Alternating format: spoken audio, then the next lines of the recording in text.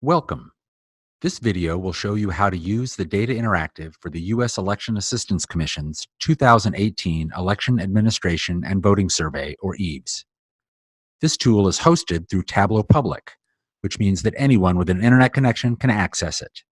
There's no special software required to use this tool, only an internet browser. It's a great way to visualize EAVS data and look at variations across states and counties. You can find the visualization tool on the Election Assistance Commission's Tableau Public profile. Go to public.tableau.com, then search for the author, U.S. Election Assistance Commission.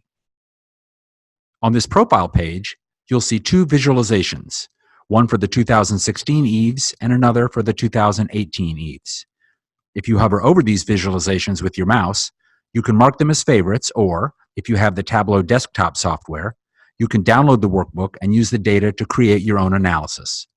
To see the visualization within your web browser, click View.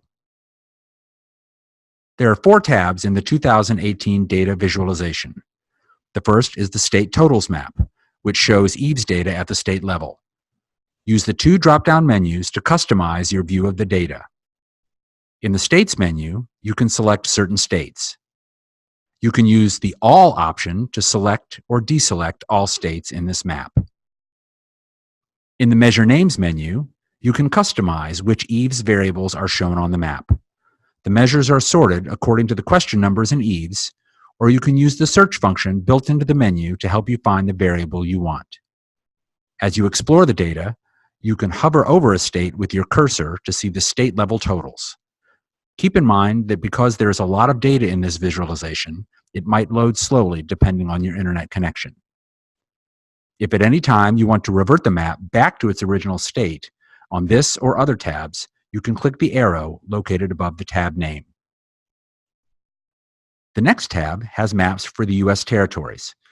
Just as with the previous tab, you can use the Territories menu to select or deselect any territories, and the Measure Names menu to select any EAVS variables you want to view.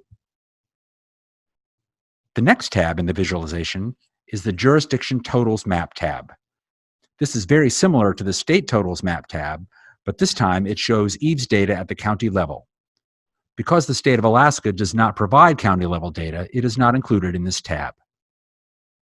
Just like with the previous tab, there is a menu for customizing which jurisdictions are shown in your view.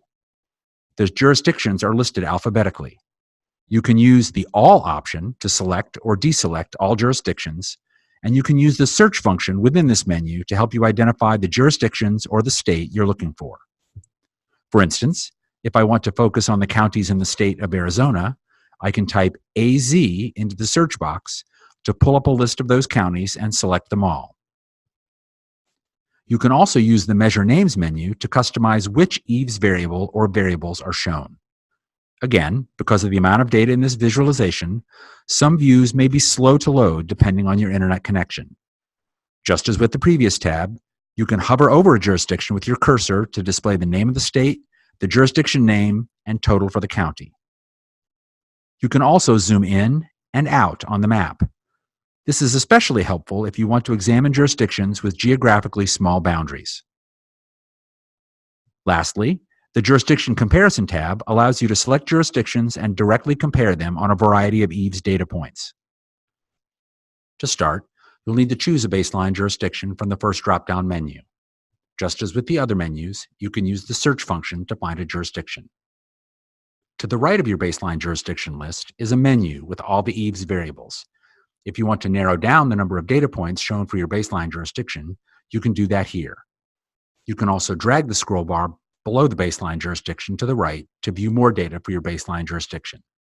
This is a good way to see all the EAVS data for a county you're interested in. Next, you'll see comparison jurisdictions that you can compare to your baseline jurisdiction. There are many ways you can narrow down these comparison jurisdictions. You can use the Jurisdiction Name menu to select a set of comparison jurisdictions, or you can use the Total Registered Voters and Jurisdiction CVAP filters to identify jurisdictions that are the same size as your baseline jurisdiction in terms of the number of registered voters or the citizen voting age population of the jurisdiction. You can use the sliders or click to type in numbers. Using this tool, We can find the other counties that have approximately the same number of registered voters as Hennepin County, Minnesota.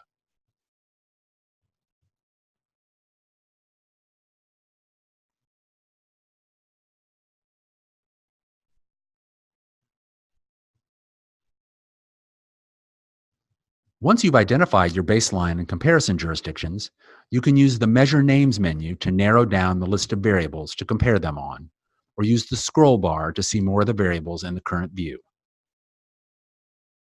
You can click on the variables in this view to sort them. For instance, to compare Hennepin County to other similarly sized counties in terms of what percentage of their voters vote by mail, click to sort. This shows that of similarly sized jurisdictions, Hennepin County has the highest mail voting rate. You can also compare jurisdictions across multiple measures. In this case, we can show only the variables for UO-COB ballots returned by voters in this comparison.